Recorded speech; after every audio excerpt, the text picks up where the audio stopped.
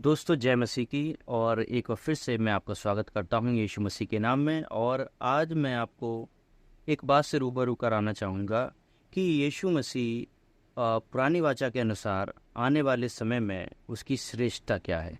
और आने वाले समय में पुरानी वाचा के अनुसार जब यीशु मसीह आए और आज हम उसको देखते हैं तो उसकी क्या श्रेष्ठता है, उसको जानने और समझने की ज़रूरत है। जब पिछली बार हमने देखा, इब्रानियों की किताब से हम पढ़ रहे थे और हमने इस बात को देखा कि यीशु मसीह और परमेश्वर की समानता, यीशु मसीह और परमेश्वर की एकता को हमने जाना। और जब इससे हम थोड़ा सा आगे बढ़ते हैं, पहला अध्याय उसकी 5वीं आयत जब हम पढ़ते हैं तो वहाँ पर इस प्रकार से पाते हैं कि स्वर्गदूतों में से उसने कब किससे कहा कि तू मेरा पुत्र है। यीशु मसीह के विषय में जो बातें की गई, क्या वो बात किसी स्वर्गदूत के विषय में की गई?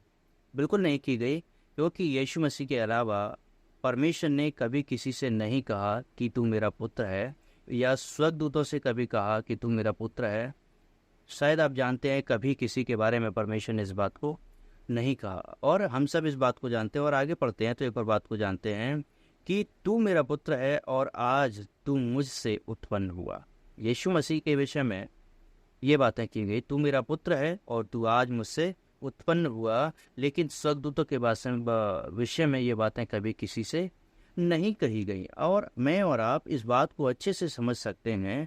यदि हम इस बात को समझना चाहते हैं तो हमें ध्यान देना होगा कि यीशु मसीह साधारण व्यक्ति नहीं है। जहाँ तक कि स्वर्गदूतों के विषय में जो बात नहीं की गई, वो बातें यीशु मसीह के विषय में की गई हैं। और स्वर्गदूतों के विषय में बताया गया है, जैसे कि उसके विषय में कभी नहीं बोला कि कभी परमेश्वर ने ऐसा नहीं कहा कि तू मेरा पुत्र है। हालांकि कई जगह हम पाते हैं स्वर्गदूतों को भी परमेश्वर का पुत्र माना गया है, लेकिन परमेश्वर ने उन्हें कभी कहा नहीं।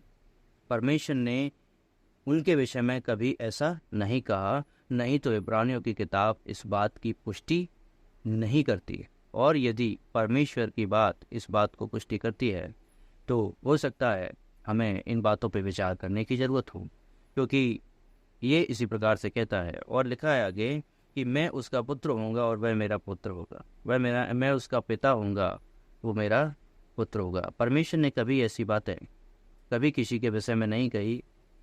केवल यीशु मसीह के अतिरिक्त, यीशु मसीह के अलावा किसी और व्यक्ति के विषय में ये बातें नहीं कही गई। तो इस बात को हम समझ सकते हैं कि यीशु मसीह के विषय में अग्रणी व्यक्ति हैं, जो आने वाले व्यक्ति थे, वो थे यीशु मसीह। और उनके विषय में ये बातें कही गई कि हम इस बात को जानें कि यीशु मसीह एकमात्र ऐसा व्यक्ति था जिसके विषय में परमेश्वर ने गवाही दी कि तुम मेरे पुत्र हो, मैं तुम्हारी गवाही देता हूँ। और परमेश्वर ने यीशु मसीह के विषय में गवाही दी। यदि आप एक और वचन पढ़ें 7 का 28, और जब आप इस बात को देखेंगे 7 का 28 में, तो वहाँ पर भी इसी बात को पढ़ते हैं। और हम देखते हैं कि 7 का 28 में, क्योंकि व्यवस्था तो निर्बल मनुष्यों को महायाजक नियुक्त करती है। व्यवस्था तो निर्बल व्यक्तियों को महायाजक नियुक्त करती है। अब हमें व्यवस्था के विषय में सोचने की जरूरत है। व्यवस्था किसको नियुक्त कर रही है? महायाजक, निर्बल लोगों। और आगे जब थोड़ा सा और देखते हैं तो इसी बात को पूरा करते हैं, परंतु उस शपथ का वचन जो व्यवस्था के बाद खाई गई, उस पुत्र को नियुक्त करता है जो युगान युग के लिए सिद्ध किया गया है। उस पुत्र को नियुक्त करता है जो युगान युग के लिए सिद्ध किया। इसके विषय में बातें की गई, यीशु मसीह के विषय में बातें की गई। वही किया गया कुछ है। यीशु मसीह केवल एक सिद्ध किया गया और उस वही परमेश्वर है जिसके अपने को ऐसी बातें करें। और आप इस बात को जानना और जांचना चाहते हैं तो आप ग्रान्य की गति से इस बात को जांच सकते हैं। और जांचना चाहते हैं, आपकी इच्छा है और आप इस बात को जानते हैं, क्योंकि इब्रानी इस बात से बताता है, कहानी इस बात से बताती है। हालांकि इब्रानियों का कोई लेखक खास क्या कोई बताया नहीं गया। कई लोग इसको पौलुस का पत्री कहते हैं, कई लोग उसको बरनबास का पत्री कहते हैं, और कई लोग उसको कई प्रकार के लेखकों का पत्री कहते हैं। लेकिन ये आज भी अज्ञात है, इसके विषय में आज तक श्योर नहीं हुआ ये किताब किसके द्वारा लिखी गई। लेकिन ये किताब एक ऑथेंटिक किताब है जिसके जरिए हम इस बात को जांच सकते हैं, और इसीलिए इस किताब को बाइबल में रखा गया। और इस बात की पुष्टि करती है कि ये किताब परमेश्वर के यीशु मसीह के उन चेलों के द्वारा लिखी गई। भले ही किसी के द्वारा लिखी गई हो, लेकिन इस किताब में हम यीशु मसीह को पुराने नियम में जो श्रेष्ठता उसकी बताई गई है, वो सारी श्रेष्ठताओं को, उन बातों को नए नियम में पूरा होते हुए देख रहे हैं। ये हम सब के लिए एक बड़े विचार की बात है, एक बड़े समझ की बात है। समझने के लिए इतना ज़रूरी है, क्योंकि जब तक हम इसको ना समझें हम इस बात को नहीं समझ पाएंगे। यदि आप इस बात को समझना चाहते हैं तो ये बात 2 वचनों के अनुसार आज हम देख रहे हैं। आने वाले समय में अगले वीडियो में हम इससे आगे के और वचनों में जाएंगे, इब्रानियों की किताब को पूरा अध्ययन करेंगे और देखेंगे कि किस प्रकार से हमें परमेश्वर की बातों को समझने की ज़रूरत है। तो ये हमारे जीवन के लिए एक बड़ी आशीष का कारण है।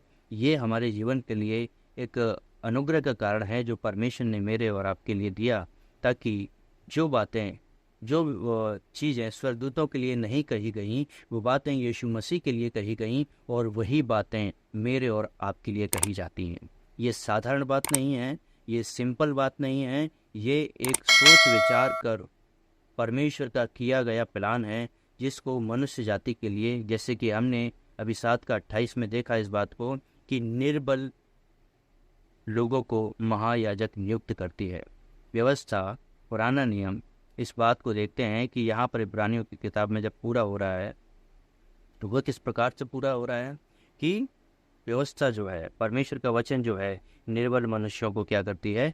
नियुक्त करती है। परमेश्वर के वचन को सुनाने के लिए, परमेश्वर के वचन को समझने के लिए मुझ जैसे और आप जैसे लोगों को नियुक्त किया गया है, ताकि हम सब परमेश्वर की उस वचन की गरिमा को, उसकी महत्वता को समझें जो परमेश्वर मुझे और आपको बताना चाहता है। ये छोटी बात नहीं है। आप इस वीडियो को लाइक ज़रूर करें और इस चैनल को सब्सक्राइब कर लीजिए। आपको ऐसे वीडियो मिलते रहेंगे और हमेशा आगे बढ़ते रहने के लिए इस चैनल को सब्सक्राइब कर लीजिए और शेयर ज़रूर करना। तो यही हमारी रिक्वेस्ट है, आप इसको शेयर करें और कमेंट कर कर बताएं। आप यदि इब्रानियों की किताब के बारे में और भी बहुत सारी बातें जानना चाहते हैं तो मैं आपको इस किताब का अध्ययन पूरा कराऊंगा। तो आगे बढ़ते रहेंगे इसी तरीके से। प्रभु आप सबको आशीष दें, आप सबको बढ़ाएं। प्रभु यीशु मसीह के नाम में जय मसीह की।